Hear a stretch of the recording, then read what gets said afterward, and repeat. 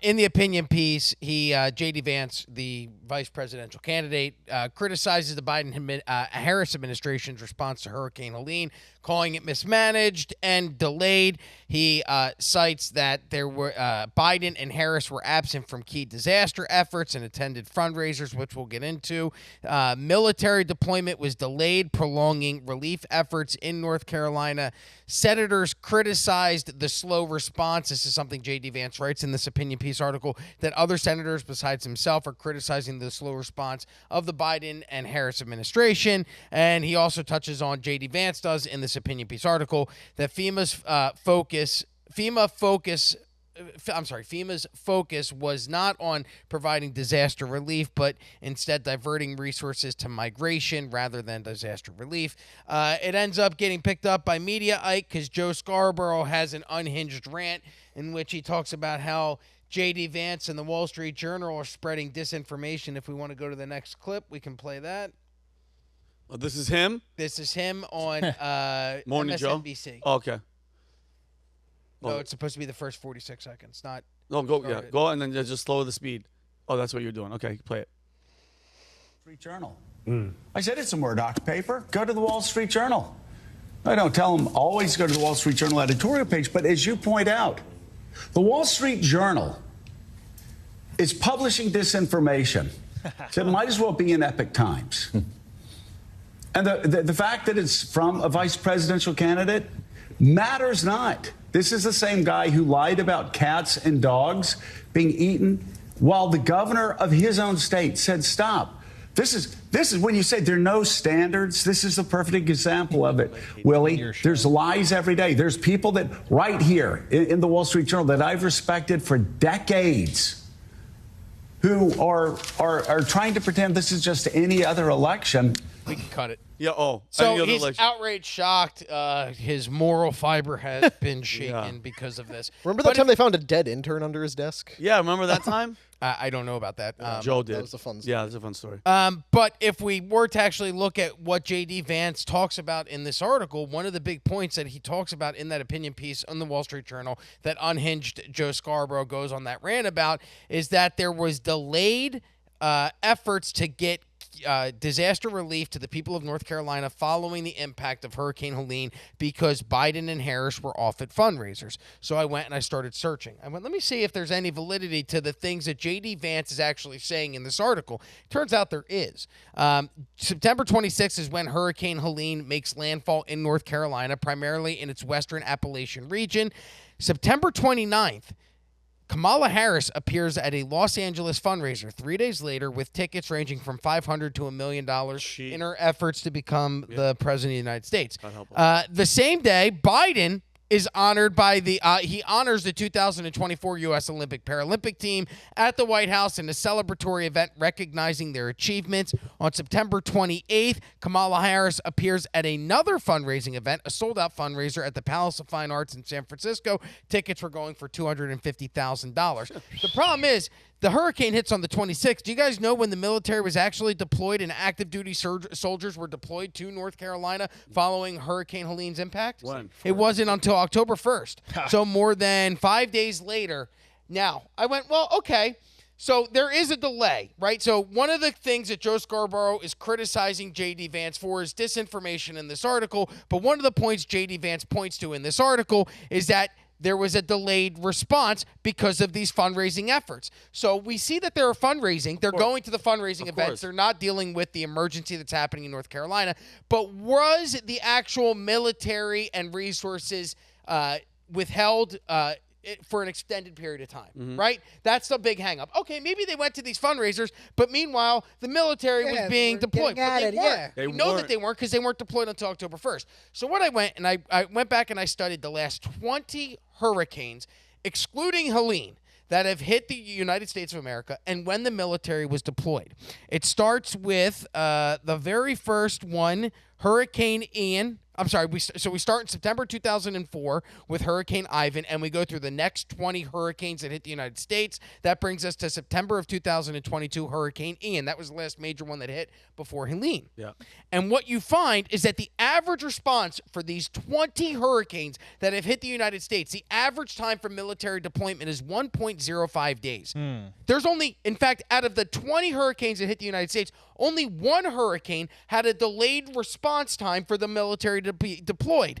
And that was Hurricane Joaquin, which hit October 2nd, and they had resources dispatched on October 4th. Wow. So the longest time over the past 20 hurricanes in which the hurricane strikes land and the military is deployed is 2 days in Hurricane Joaquin. The other 19 is 1 day. Wow. So the argument that JD Vance is making in this article that the military was deployed late because they were at these fundraising events is actually true, because the military deployment was 5 times the normal response, over 5 times the normal response, 5 days instead of the next day. So it's not disinformation. Yeah. It's true. It's true. Yeah. And Joe Scarborough should be one to talk about this information. Because let's take a look at this. This is a clip. If we're going to go down the rabbit hole of disinformation, and we're going to call the Wall Street Journal this, rag filled with disinfo and misinformation, then the same standard should apply to MSNBC. Here is Joe Scarborough on March 6th of this year, where he defends Joe Biden's cognitive abilities.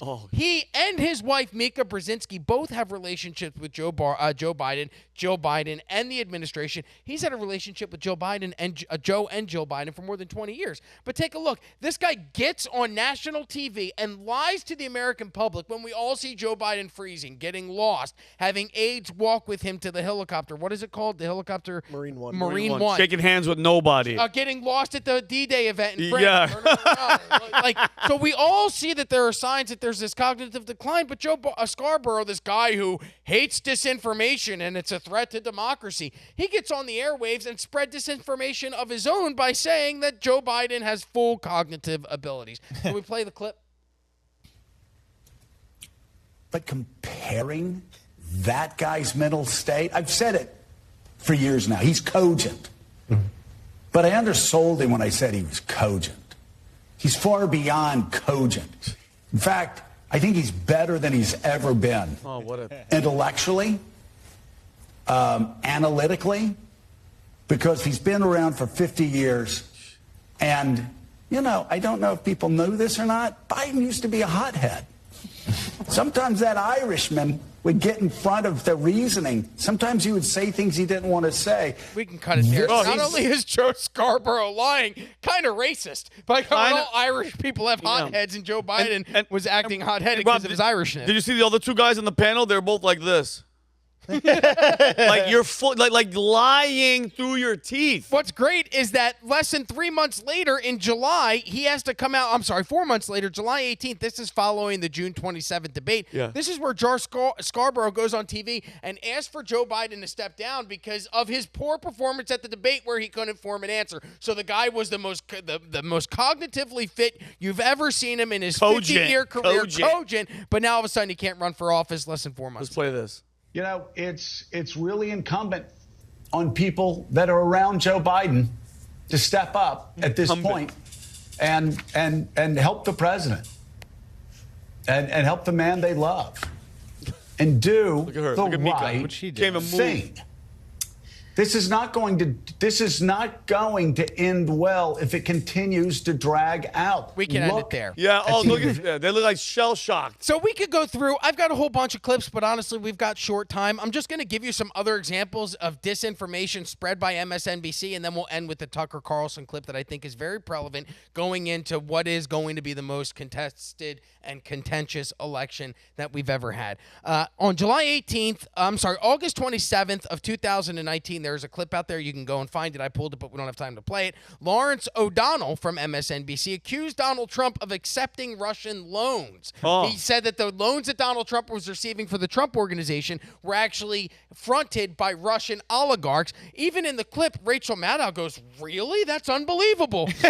It's unbelievable because it wasn't true. The very next day after MSNBC gets roasted by every other news critic and online personality, MSNBC has Lawrence O'Donnell go out and apologize and admits fault and said he was wrong. And then if we go back, there was a lie that lasted 15 years on MSNBC, and that was Brian Williams. Do you guys remember Brian Williams? Yeah. On March 26th of 2003, on an episode of MSNBC, Dateline NBC, Brian Williams said that he was involved in a helicopter that took fire and was hit by an RPG while in Afghanistan. Yeah. He went on with that lie for more than a decade. In February of 2015, he came out and had to admit that it was actually another helicopter in their convoy that was hit by the RPG, and they were forced to land. Okay. So you can sit here and call people liars and say that they're spreading disinformation, but if you actually go through and look at every portion of the Wall Street Journal article that JD Vance wrote, Biden-Harris mismanaged Hurricane Helene efforts, you will see that there's not a single portion of disinformation in there. In fact, all of the evidence, all of the facts line up to what was reported in that article was in fact truthful, and the people that are sitting here and warning you about disinformation are the actual people who are perpetrating disinformation themselves. It's oftentimes, you ever have a girl that, always accuses you of cheating? And she's the you whore? find out, He's find the whore? Yeah, you find that she's having AOL instant messages with a 32-year-old pizza delivery Yeah, driver Rob, when you're Rob. 17, Jessica Monero. Yeah. So yeah, we've all been there. And she sits there and points the finger and accuses you of cheating, but it's really them. And I want to play us out with Tucker Carlson. We played this a few weeks ago, but as we get closer to this election, just be prepared to continue to hear that there's disinformation. Anytime that you hear that there is disinformation, do the research yourself. It does not take long to do, and make a determination for yourself. But here's Tucker Carlson warning about the threats of disinformation to democracy and the people that are warning you about those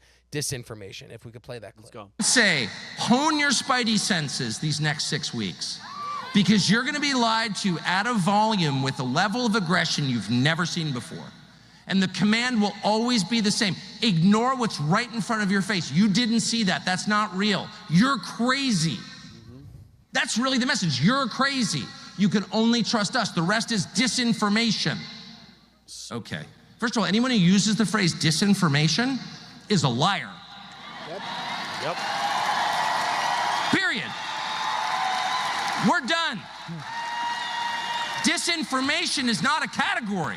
There's only one category: truth or falsehood. That's it.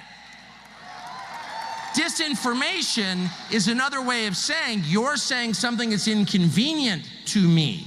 You are criticizing me. I don't like what you're saying. Shut up or go to jail.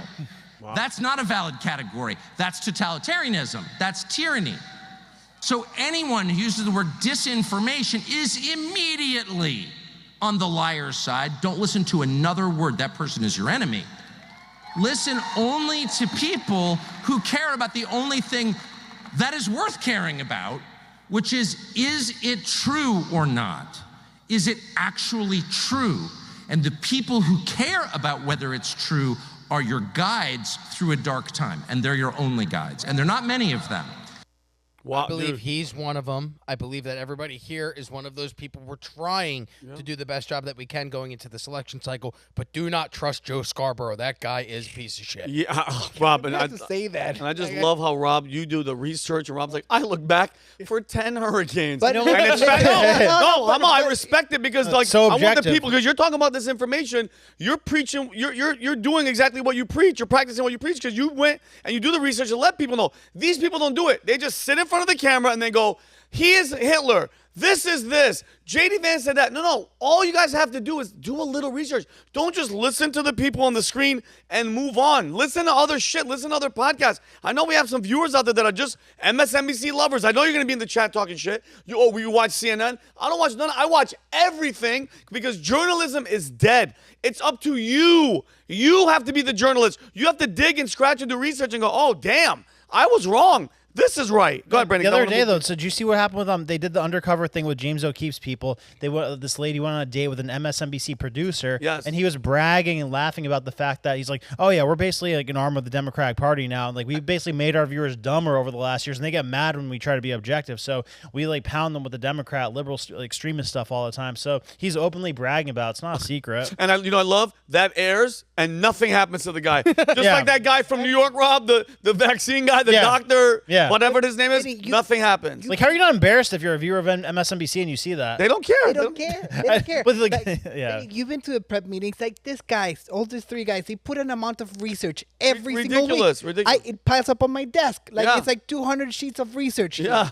And then once they present what news are gonna do, everything get double or triple checked. Yep. And even if the story's saucy and it will have a good optic, they're like, that's not true, and so it doesn't go. Exactly. And these people don't care. They don't care because they're getting paid, Humberto, because they're getting paid, and that's why, bro.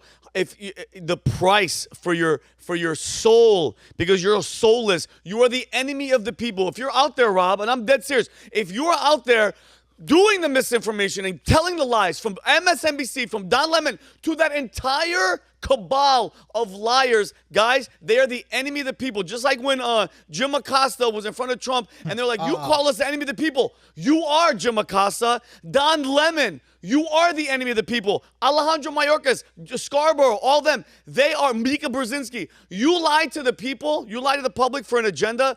You are the enemy of the people. Plain and simple. And I hope at the end, they're all going to get exposed and you're all going to get what's coming to you.